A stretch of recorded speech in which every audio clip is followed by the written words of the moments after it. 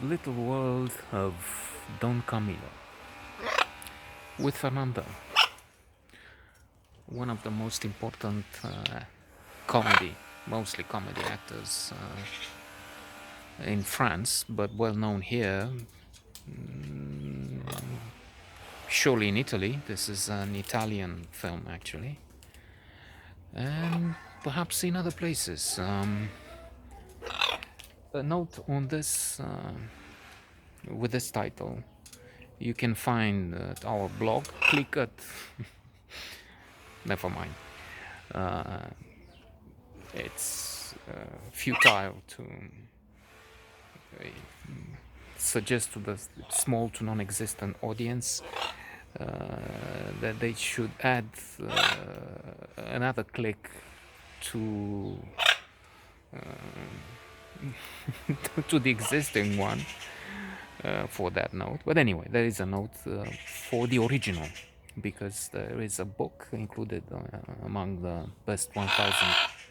No, in fact, it's not best 1000. Best 1000, there will be some lists, but that's with movies that we work with here, published by the New York Times. There is another one for books, 1000 novels everyone must read. You can you can find it on the internet. The prestigious one is associated with the Guardian site. There will be plenty of personal, subjective termina,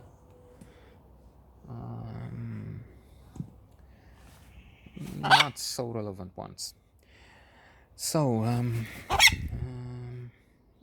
Don Camilo is Fernando, and he is the priest of this small Italian village, where he has a major showdown, clash with a communist senator in the film.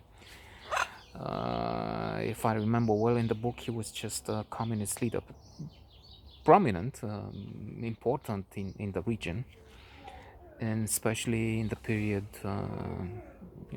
after the war, when let's see the other one too. When the communists were on the rise, they were in fact about to take power. An alliance between the Christian Democrats and some other parties had this major, key, most important goal in sight, to keep the communists off the power. And I totally agree with that. We couldn't. We had the communists here, brought by our dear Soviet occupiers, and we've seen and we still see what communist does to the country, the economy, the people, freedom. It's a disaster. Let's just leave it at that. So the priest is involved in a love-hate relationship, amusing, comical. This is actually a comedy, but with some tragic aspects. You can laugh at communism, but it's a serious disease.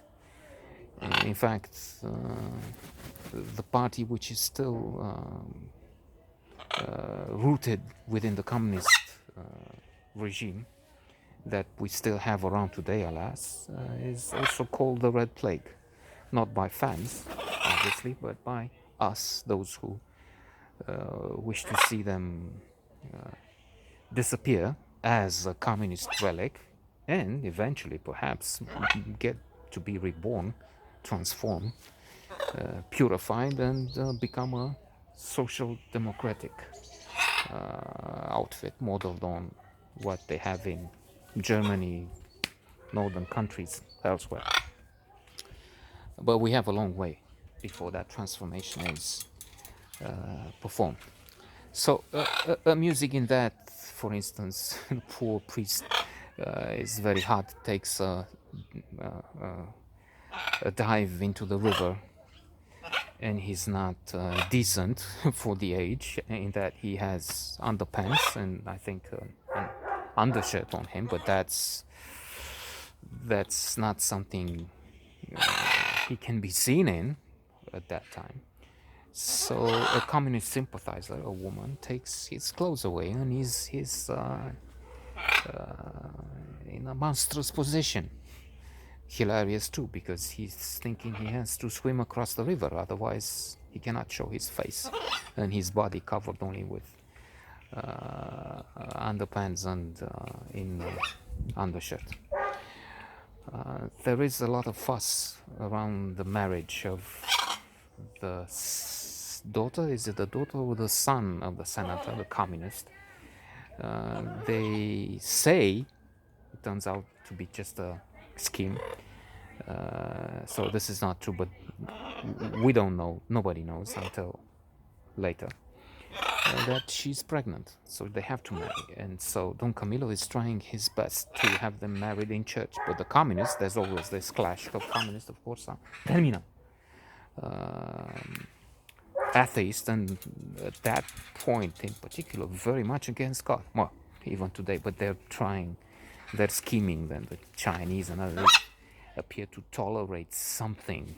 If, for instance, the Catholic Church would work with them to have agreed upon priests in certain occasions under their supervision, and I don't know what, they say, well, maybe we can have that tolerated, not encouraged, but they've gone some way from, because they're devious. Let's be clear about that. But they're not tearing down churches as they did under Stalin and I don't know others. Well, if they do, they try and not have that on Instagram. What am I saying? They don't have Instagram in China, North Korea, sorry, and other places like that. And they just manipulate the social media, of course. If they say something against Xi, that's down. The tycoon who said something about this dictator being without clothes, or I don't know, something critical, is going to jail for 18 years. On other charges, but trumped up charges, I'm pretty sure. So anyway, coming back to this clash between the communists and the priest shortly after the Second World War, it's also amusing. They end up, to just give an example, with the communists being a choir boy, serving as a choir boy for the priest, because the priest has a picture, a photo that he says, I will keep for me and you to know, but if you don't help me with the service, well, maybe your friends should see it. So anyway, an interesting comedy, forgotten, alas.